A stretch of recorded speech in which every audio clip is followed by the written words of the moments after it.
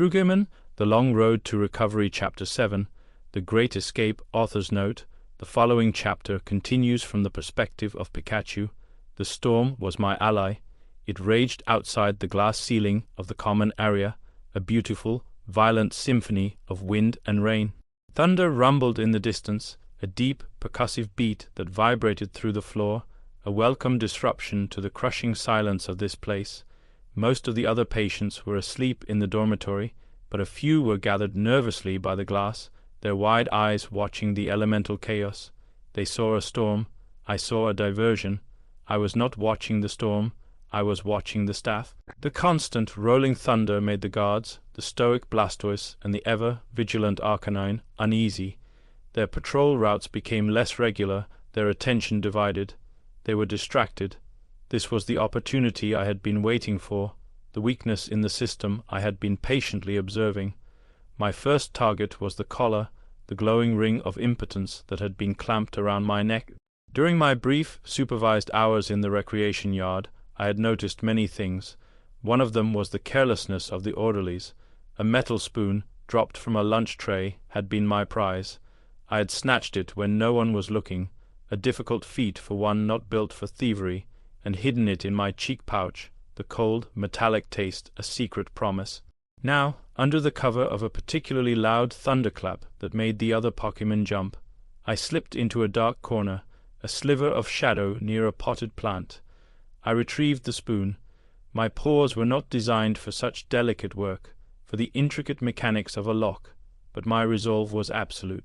I began to methodically, painstakingly, pry at the collar's locking mechanism, the spoon a clumsy but determined tool.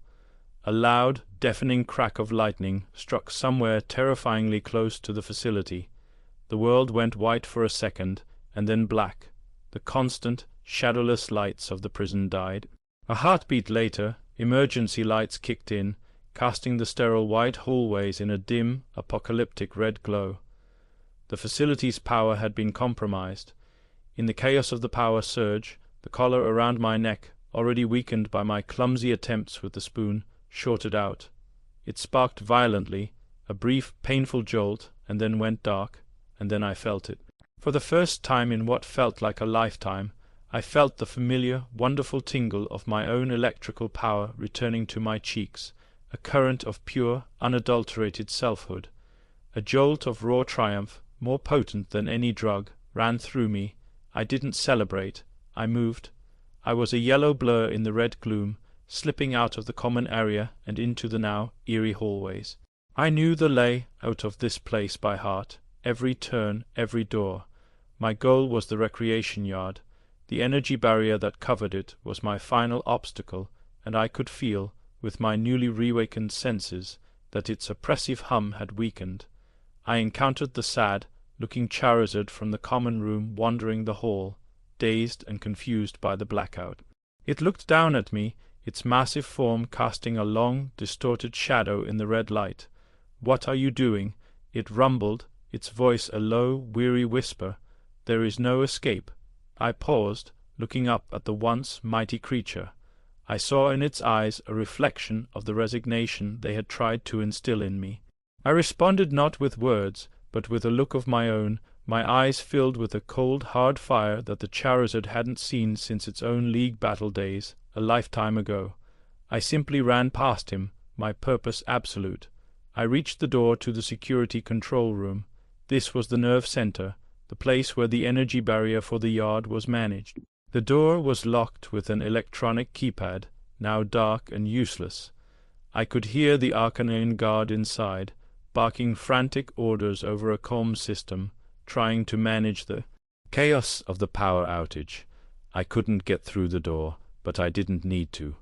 My eyes followed a thick bundle of power conduits running along the ceiling and feeding into the control room. It was the facilities artery, and I was about to give it a heart attack. I gathered my newly returned strength, the familiar crackle of energy, a welcome song in my ears. I unleashed a small, precise thunderbolt, not a massive, uncontrolled blast, but a concentrated, surgical jolt aimed directly at the conduits. Sparks flew in a brilliant, beautiful cascade. Inside the control room, monitors exploded in a shower of glass and ozone. The Arcanine barked in alarm and fury. I didn't wait to see the result. I turned and sprinted towards the yard. I could already feel the change in the air. The oppressive hum of the energy barrier was gone. I burst through the door into the recreation yard and was met with the full, glorious force of the storm. Rain poured down, soaking my fur instantly, washing away the sterile scent of the facility. The energy barrier above was flickering and weak, shorting out in several places, great, gaping holes opening and closing in the invisible fence. Freedom was just a few feet away, but my path was blocked. The Blastoise guard stood like a mountain of shell and steel, its powerful water cannons extended. A jet of water was already putting out a small electrical fire I had started near the door. It turned its massive head, its expression not of anger, but of grim, weary determination. It had been expecting this. "Don't do this." Its deep, bass voice rumbled in my mind, a telepathic plea. "Go back to your room. This is for your own good." I responded by letting out a defiant cry, a declaration of war against my imprisonment. My cheeks sparked brightly in the rain, a beacon of rebellion. I had come too far to be stopped by a well-meaning jailer. I lowered myself into a battle stance, the mud of the yard cool beneath my paws.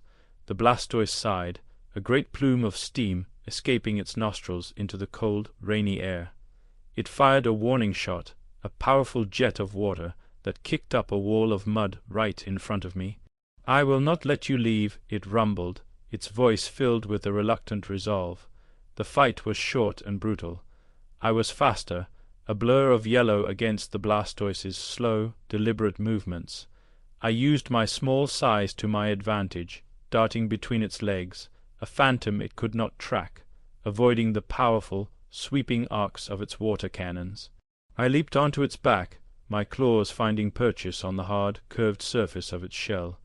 It tried to dislodge me, spinning in a circle, but I held on, a determined parasite on the back of a leviathan.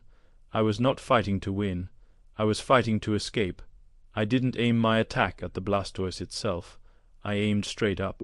A massive, desperate, all-or-nothing bolt of lightning erupted from my body, a raw scream of power that tore through the stormy sky.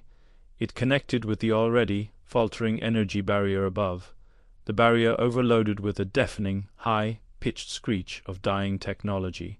It shattered like glass, sending a shower of harmless, glittering particles down into the yard, like the ghosts of dead stars. The resulting power surge traveled back down through the Blastoise, its water-covered body a perfect conductor. The giant Pokémon seized up, its systems shorting out, and it collapsed with a heavy, final thud, unconscious. I was drained, the massive electrical output leaving me weak and trembling. I fell from its shell to the ground, landing in the cold mud and rain. Alarms, loud and frantic, were blaring across the facility. I could hear the enraged barking of the Arcanine and the concerned calls of several chancy nurses as they burst into the yard. I didn't look back. I scrambled up the high wall of the yard, my claws finding purchase in the rough concrete, and leaped from the top. I landed hard on the sharp volcanic rock outside, a jolt of pain shooting through my legs, and I just ran. I ran blindly, fueled by adrenaline and a burning, righteous sense of betrayal. I ran from the white walls, from the bland food, from the condescending therapists, from the memory of the door closing, the memory of being abandoned. I finally collapsed on a high, windswept ridge overlooking the stormy sea. I was soaked to the bone, every muscle in my body ached, and I was utterly, completely alone.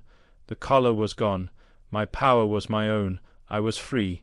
But as I looked out at the dark, turbulent water, at the vast, indifferent emptiness of the world, the triumph began to fade, replaced by a cold, hollow ache. There was no one to praise my victory. There was no one to comfort my pain. Ash was gone. He had left me. I had escaped my prison, but I had also escaped my only chance at a cure. I had chosen power over peace, freedom over friendship, and in the howling wind I couldn't tell if I had won or lost everything.